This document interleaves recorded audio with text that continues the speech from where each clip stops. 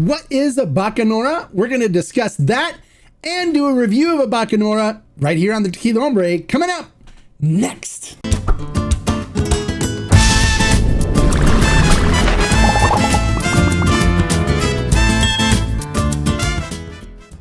Hello and welcome to this episode of the Tequila Hombre, where today we're going to discuss what a Bacanora is and do a review of a Bacanora so you can kind of understand the flavor profile and what we're looking at when we talk about Bacanora. So let's not waste any more time. Let's get into what is a Bacanora. All right, so Bacanora is a distilled spirit made from agave from the area of Sonora, Mexico. And actually the appellation of origin, the DO for it that designates where it can be made, specifically states the mountain area of Sonora, Mexico.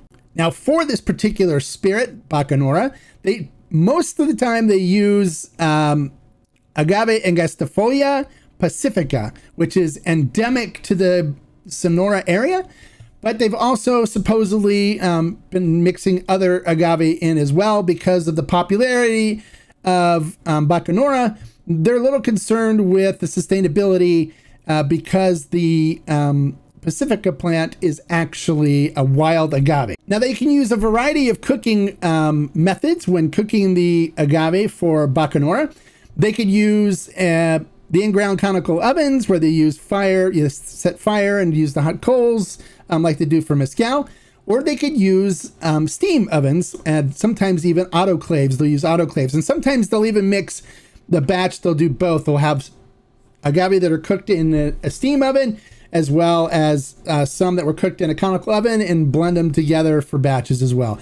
So you can actually get a non-smoky version of a Bacanora. For crushing the agave, they can do it by hand manually using mallets, or they could also use mechanical devices like a mechanical shredder. Fermentation is typically done wild, so using wild yeast, and they could use different vessels to ferment in. And when I go over the one that I'm doing, I'll let you know what they actually ferment in. Distillation typically happens twice, and they use anything from copper pot stills to stainless steel stills as well. And Bacanoras can be found at both 40% ABV as well as a higher proof. So the Bacanora we're going to be taking a look at today is from Rancho Tepua, and it is the Rancho Tepua Bacanora Blanco. And so the details on the production of this are as follows. The agave for this particular Bacanora are cooked underground using mesquite wood for 48 hours. After it is done cooking, they use axes to grind them up and then ferment in stainless steel vats using wild yeast. Once fermentation is complete, they then twice distill using copper pot stills, and then it is bottled at 44.5% ABV. And they do use natural spring water from the area for the production of this Bacanora as well. All right, so now that we know how this Bacanora is made, let's get into the tasting portion and see what this Bacanora is all about. All right, so one of the things that I like about Bacanora, one of the things they say about it is it's very, it's a good agave spirit for tequila drinkers because it's not as smoky as some mezcals can be. At least, some Bacanoras. But they say a lot of tequila drinkers are moving into Bacanoras because of how similar the flavor profile is. So we're going to check that out and see. And it's kind of attributed to the growth and the popularity of Bacanoras now, because it's become a popular agave spirit, believe it or not. So looking at it in the glass, it coats the glass beautifully. You can see the legs and tears on it. Whoop, right there. See them coming down. So it's kind of a nice viscous mouthfeel to it. Looking at the Bacanora itself, it is crystal clear. Little dashes of silver from the lights in there. Looks great. All right, let's see what we get on the nose on it.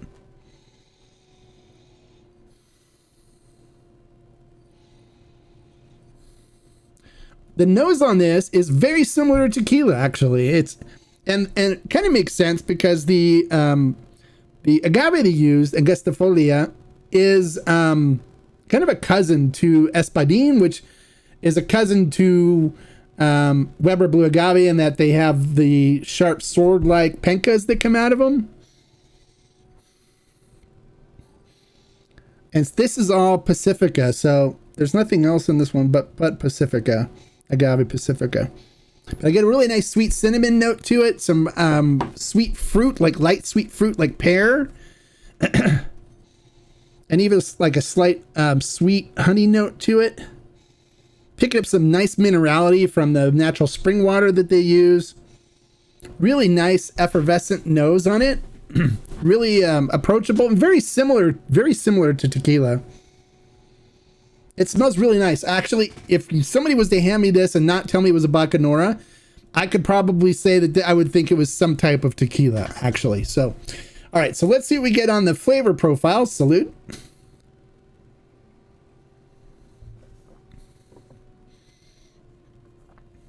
Really nice oily mouthfeel to it.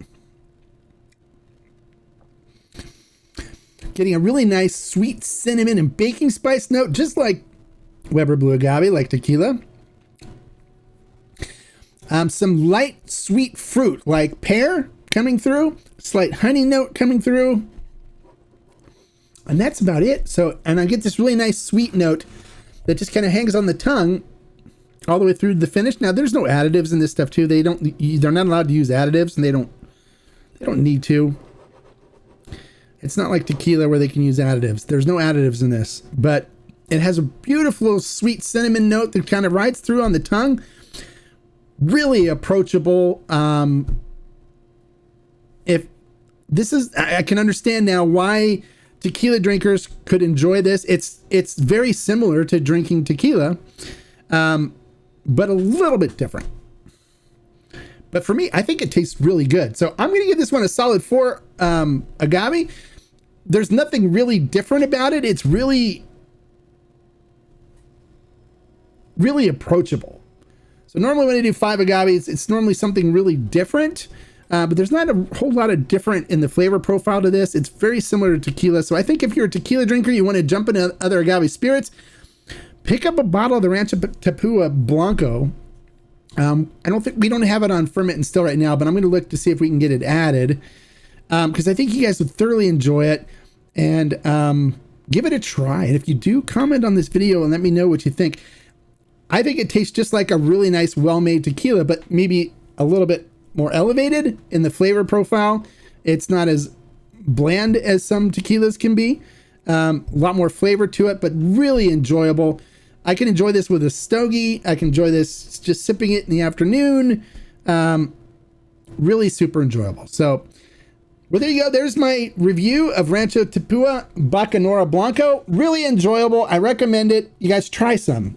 Give it a try. Step out of your comfort range with tequila and pick up a bottle of the Rancho Tepua Bacanora. And if you do, let me know what you think. And tell me if you disagree or agree with me. I think this is a beautiful additional agave spirit for tequila drinkers. Give it a try. All right. If you like the information in this video, make sure you give me a thumbs up. Give me a like. If you're new to the channel, bienvenido, welcome.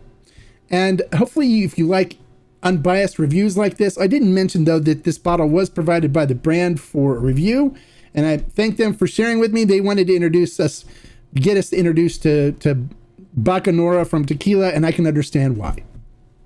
So if you like non-biased videos like this, and you want to get non-biased information, so when you go into the liquor stores, you can make an informed decision as to what you're going to get on any agave spirits.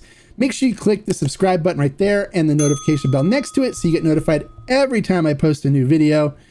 And until next time, like I always say, life is too short to drink bad tequila or Bacanora.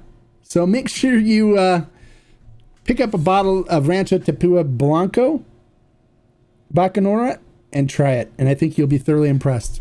Salute. Bye, guys.